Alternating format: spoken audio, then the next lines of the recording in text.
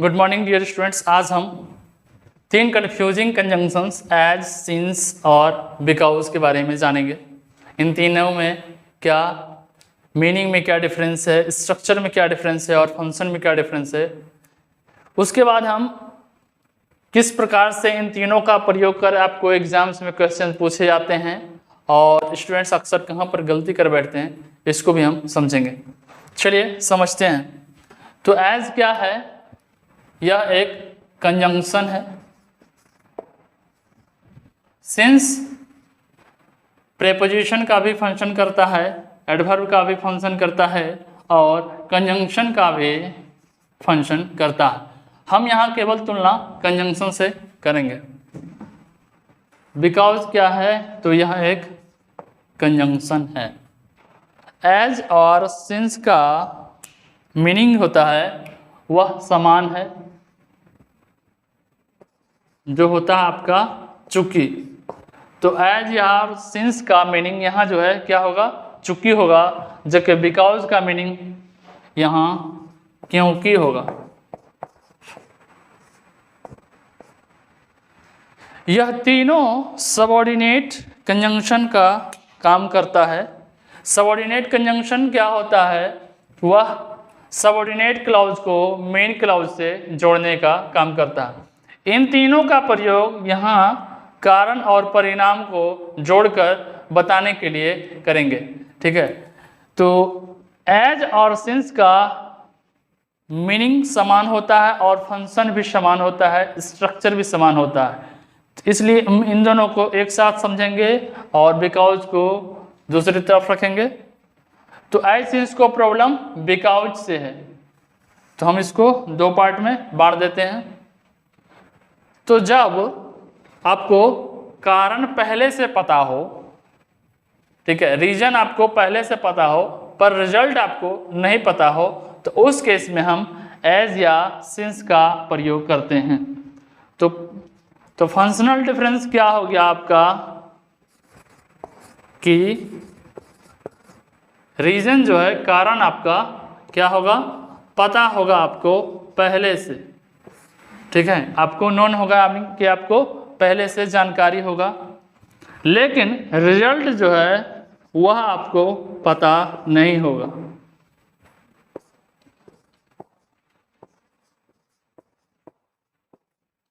यह आपको अननोन होगा।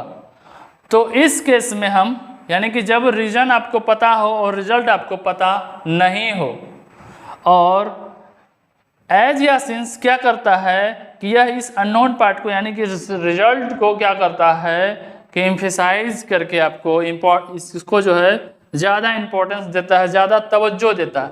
ठीक है, तो उस केस में हम एज या सिंस का प्रयोग करते हैं। इसलिए हम यहाँ पर साइड में इम्पॉर्टेंट लिख देते हैं।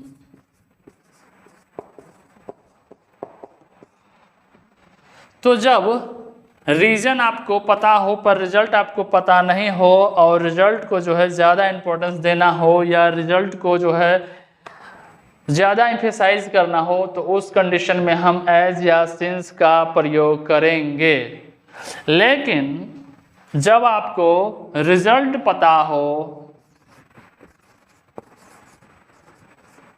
जब आपको रिजल्ट जो है आपको पहले से पता हो पर रीजन जो है वह आपको पता नहीं हो,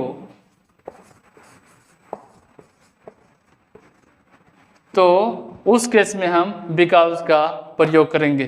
तो इस केस में इस अननोन पार्ट जो है यह क्या होगा आपका? यह ज़्यादा इम्पोर्टेंट होगा, यानी कि बिकॉज जो है वह रीजन को ज़्यादा इम्पोर्टेंस देता है, ज़्यादा एम्फेसाइज करता है।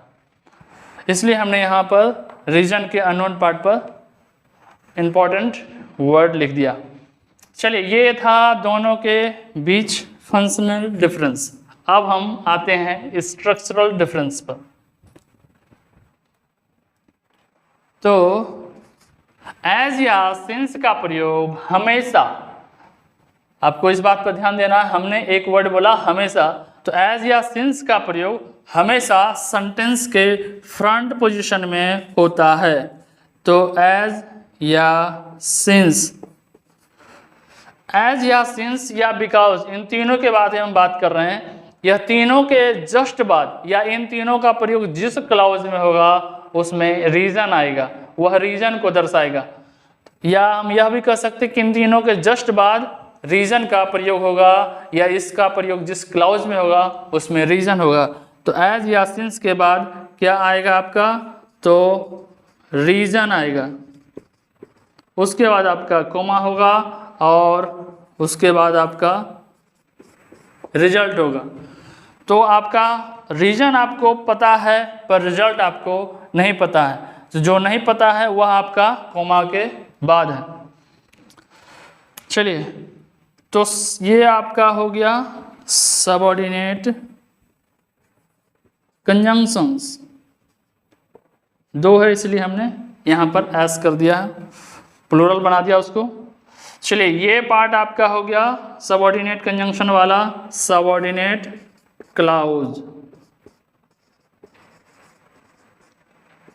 जबकि रिजल्ट वाला पार्ट आपका हो गया मेन क्लाउज।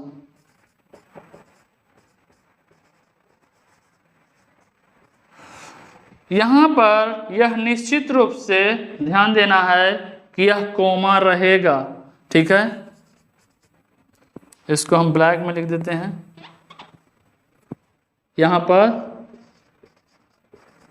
यह कोमा रहेगा, लेकिन एग्जाम में क्या करता है, थोड़ा सा इसको भी हम साथ साथ समझते चलें कि एग्जाम में आपको इस कोमा के बदले हम हिंदी में क्या अर्थ लेते हैं, इसलिए इस कोमा का हिंदी में जब हम अनुवाद करेंगे इस सेंटेंस का, तो वहाँ जो है इस कोमा के बदले हमें हिंदी में एक वर्ड इसलिए अर्थ निकलता है। इसलिए एग्जाम में आपको क्या करता है कि एग्जामिनर हमारी कमजोरी को जानता है कि हम लोग हिंदी से इंग्लिश ट्रांसलेट करते हैं, इसलिए हम लोग हिंदी को आधार लेकर चलते हैं और उसी को ट्रांसलेट करते हैं। इसलिए वो क्या करता है कि इस वर्ड के बदले में, इसलिए जो हम बोलते हैं, इसके बदले में वह एक कोमा को हटा करके आपको सो या देयरफॉर देकर आपसे क्वेश्चन पूछता है, जिसका कि प्रयोग नहीं होगा। ध्यान रखना है आपका, इसका प्रयोग यहाँ पर नहीं होगा, यहाँ पर कोमा का प्रयोग होगा। तो ये आपका सबऑर्डिनेट कंजंक्शन है। इन दोनों का प्रयोग आपको सेंटेंस के फ्रंट पोजीशन में होगा और यह कारण को नहीं, रिजल्ट को प्राथमिकता देता है, रिजल्ट को ज़्यादा इंपॉर्टेंस देता है, रिजल्ट को ज़्यादा एम्फेसाइज करता है। जबकि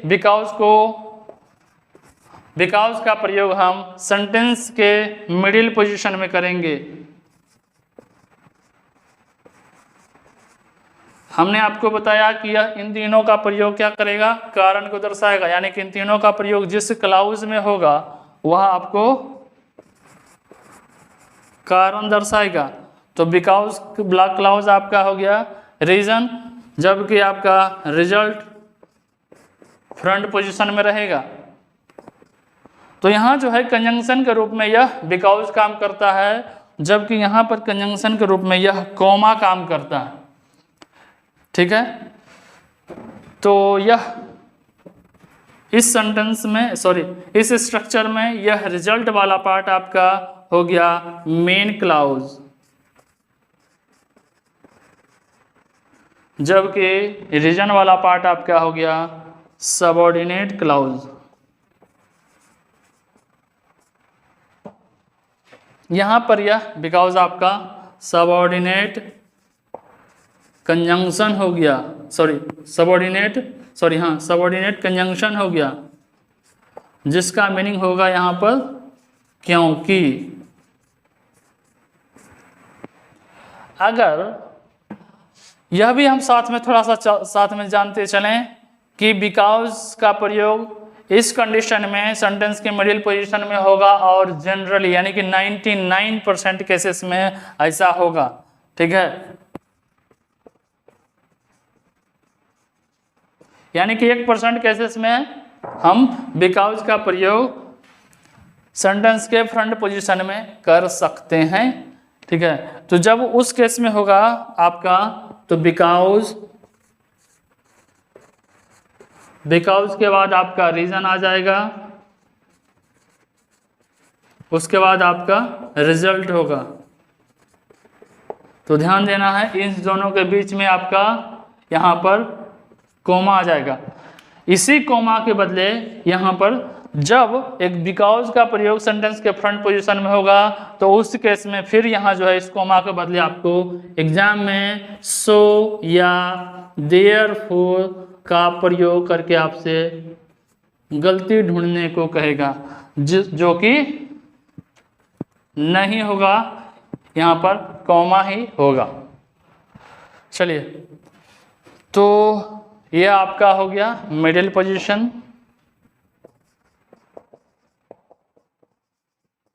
ये आपका मिडिल पोजीशन, जबकि ये आपका हो गया फ्रंट पोजीशन।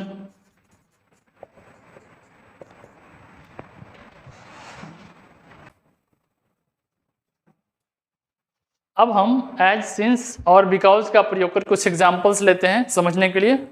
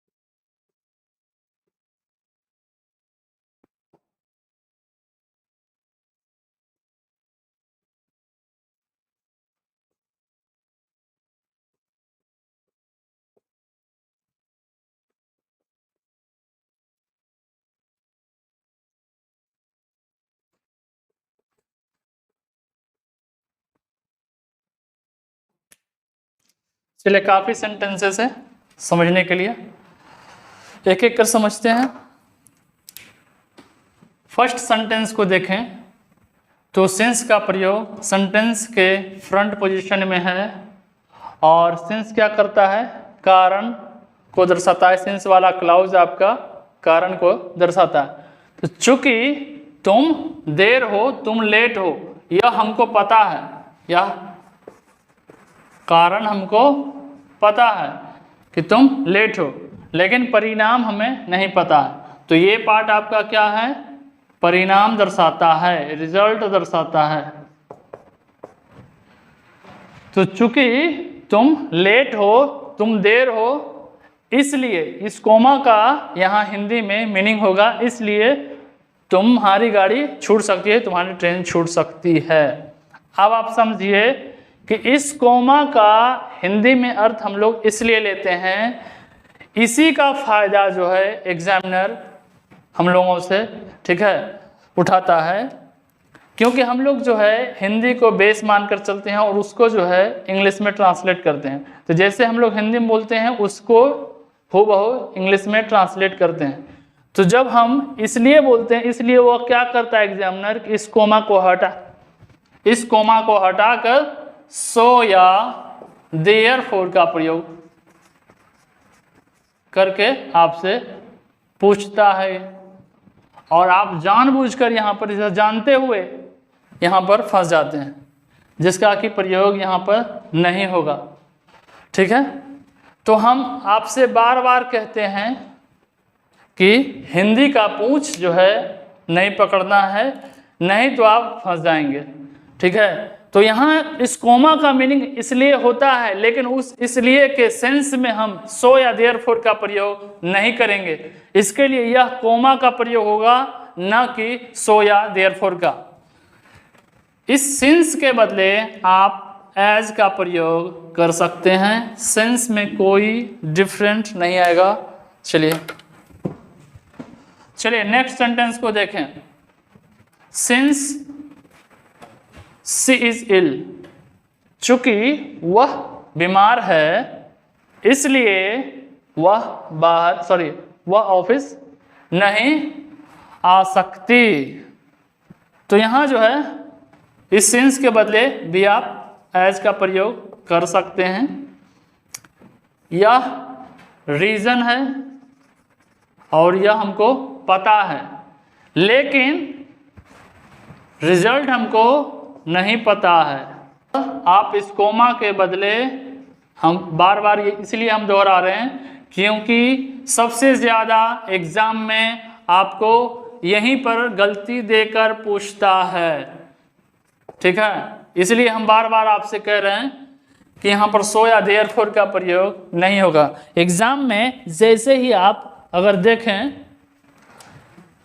कि सेंटेंस के फ्रंट पोजीशन में एज या सिंस का प्रयोग है, आपको तुरंत जो है अलर्ट हो जाना है, कहीं दोनों क्लाउज के बीच में उस कोमा के बदले कहीं सो या देयरफॉर का तो प्रयोग नहीं है, और आपको निश्चित रूप से यहीं पर सबसे ज़्यादा आपको एरर मिलेगा। चलिए नेक्स्ट सेंटेंस को देखें। सिंस राम वॉज इल, चूंकि राम बीमार था इसलिए वह अनुपस्थित था। यहाँ पर भी आप सिंस के बदले एज का प्रयोग कर सकते हैं। यह पार्ट आपका रीजन बता रहा है, जो हमको पता है, ऑलरेडी पता है कारण कि वह बीमार था, पर यह नहीं पता था कि वह अनुपस्थित था। तो रिजल्ट जो है इसमें अननोन होता है, नहीं पता होता है, और एज या सिंस रिजल्ट को इम्पोर्टेंस देता है, एम्फेसाइज करता है। चलिए नेक्स्ट। सिंस चूंकि इट इज़ रेनिंग, वर्षा हो रही है, बारिश हो रही है, इसलिए हम लोग बाहर नहीं जा सकते। यहाँ भी आप चाहें तो सिंस के बदले एज का प्रयोग कर सकते हैं, लेकिन इस कोमा के बदले सो या देयरफॉर का प्रयोग नहीं करना है। ये पार्ट आपका पता है कि बारिश हो रही है, ये है आपका रीज़न, जबकि ये पार्ट आपका रिजल्ट बता रहा है, जो आपको पता नहीं है, अननोन पार्ट है। चलिए अब हम ऊपर के दो सेंटेंसेस में जो है हम उसी का उसी में जो है हम बिकॉज का प्रयोग किए। यू में मिस द ट्रेन, तुम ट्रेन छोड़ सकते हो या तुम्हारी ट्रेन छूट सकती है। ठीक है, तुम्हारी ट्रेन छूट सकती है, तो ये हमको पता है। और ये कौन सा पार्ट है, तो रिजल्ट है। रिजल्ट है तुम्हारी ट्रेन छूट सकती है, ये हमको पता है परिणाम, पर कारण हमें नहीं पता है। तो कारण क्या है कि तुम लेट हो।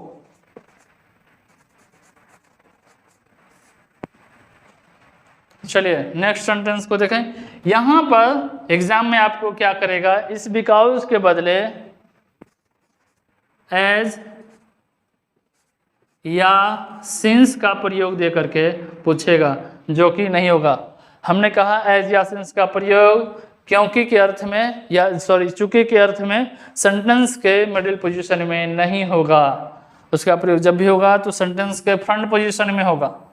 चलिए नेक्स्ट सेंटेंस को देखें।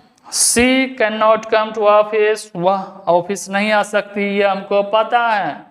ये क्या है, रिजल्ट है, और ये हमको पता है कि वह ऑफिस नहीं आ सकती, लेकिन कारण नहीं पता है। तो कारण क्या है कि वह बीमार है। चलिए नेक्स्ट सेंटेंस को देखें।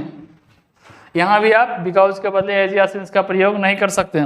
Mohan was sent to jail, तो मोहन को जेल भेजा गया, ये हमको पता है। ये क्या है, परिणाम है, रिजल्ट है, और ये हमको पता है कि उसको जेल भेजा गया है, लेकिन कारण नहीं पता है कि क्यों भेजा गया। तो because he had committed a crime, क्योंकि उसने एक क्राइम किया है।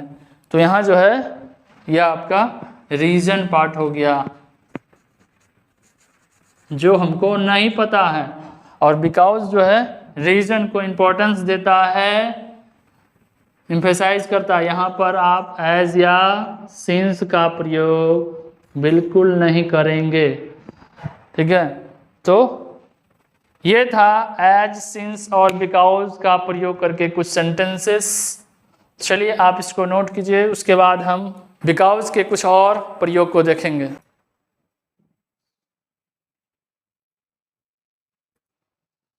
चलिए अब हम बिकॉज के कुछ डिफरेंट यूजेज को भी जानते हैं।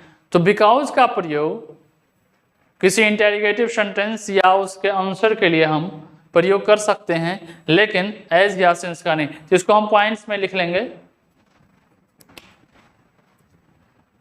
तो नोट देकर लिखना है। First point, interrogative sentence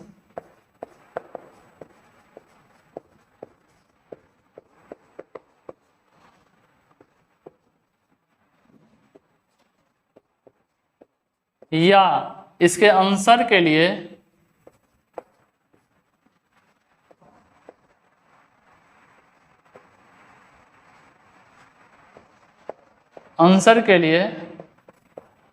because का प्रयोग करते हैं।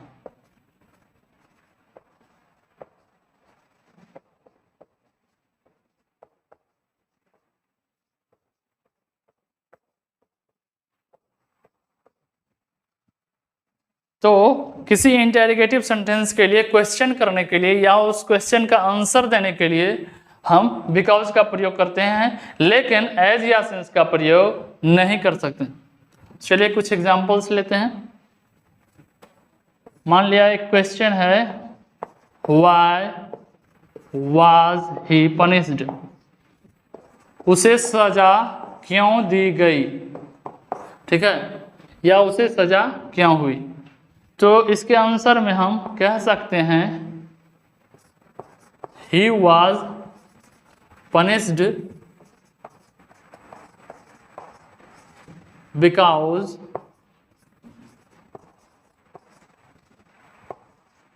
he had stolen my purse। तो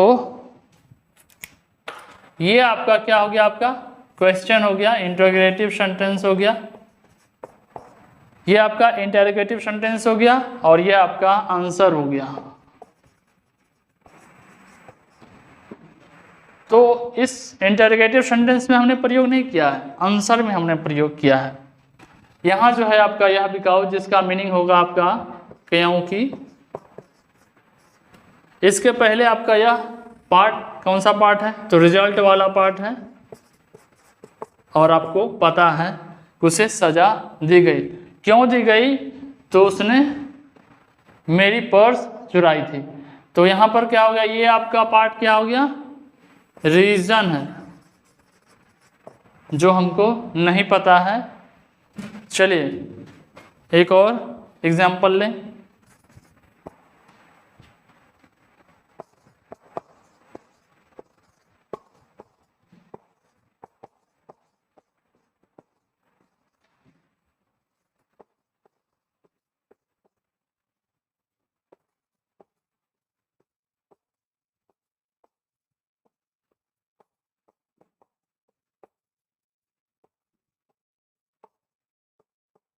चलिए ये आपका क्वेश्चन है, और इस क्वेश्चन में हमने क्या किया है,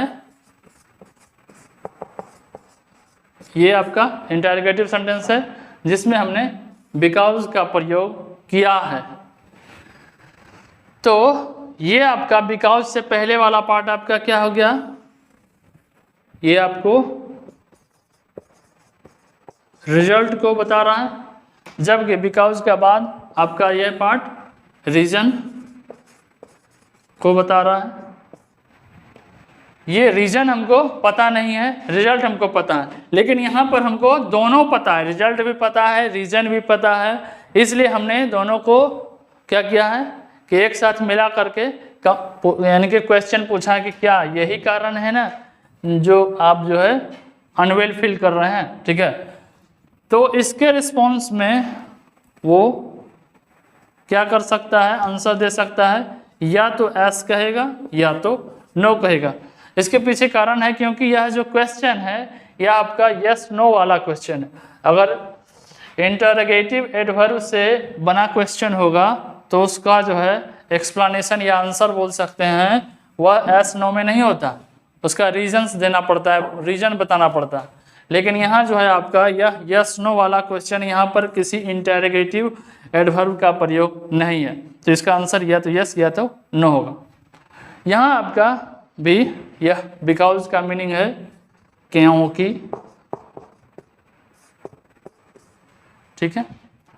चलिए अब हम नोट के दूसरे पॉइंट को समझते हैं। एक जगह ऐसा भी है जहाँ कि हम केवल और केवल बिकॉज का प्रयोग करते हैं। चलिए तो कहाँ पर है, तो यदि नोट या बट या किसी अन्य कंजंक्शन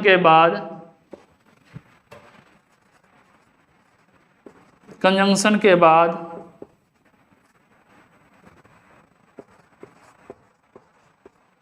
केवल बिकॉज का प्रयोग होता है।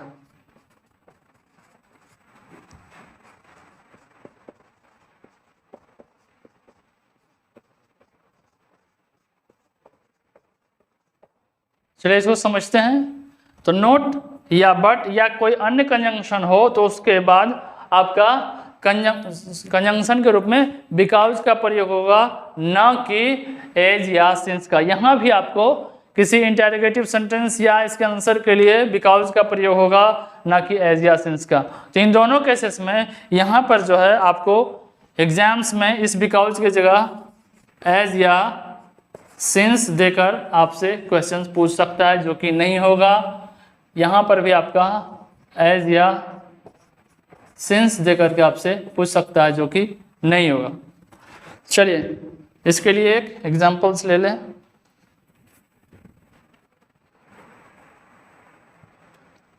चलिए तो इसके लिए एक एग्जांपल लेते हैं।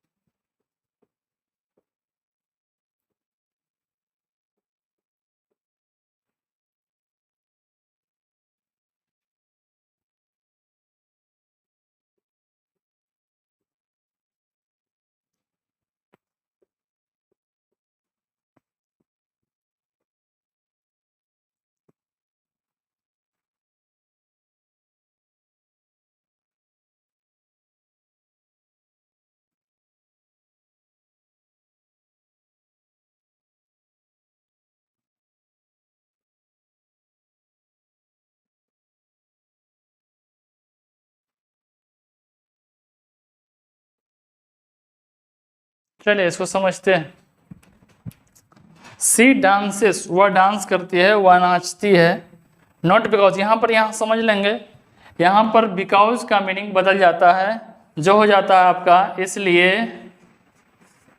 या इस कारण से, इसलिए या इस कारण से। तो वह डांस करती है इसलिए नहीं कि, या इस कारण से नहीं कि वह जो है पैसा कमाना चाहती है, बल्कि इस कारण से कि वह डांसिंग पसंद करती है, वह नाचना पसंद करती है। तो यहाँ जो है इस बिकॉज के बदले एज या सिंस का प्रयोग नहीं हो सकता, क्योंकि इसके पहले नॉट का प्रयोग है और नॉट के जस्ट बाद आपका बिकॉज का प्रयोग होगा, न कि एज या सिंस का। उसी प्रकार बट के बाद हमने कहा बिकॉज का प्रयोग होगा, न कि एज या सिंस का। इसमें से किसी का प्रयोग नहीं होगा, केवल बिकॉज का प्रयोग होगा। तो ये था एज, सिंस और बिकॉज के डिफरेंट यूजेस। चलिए आप इसको नोट कीजिए।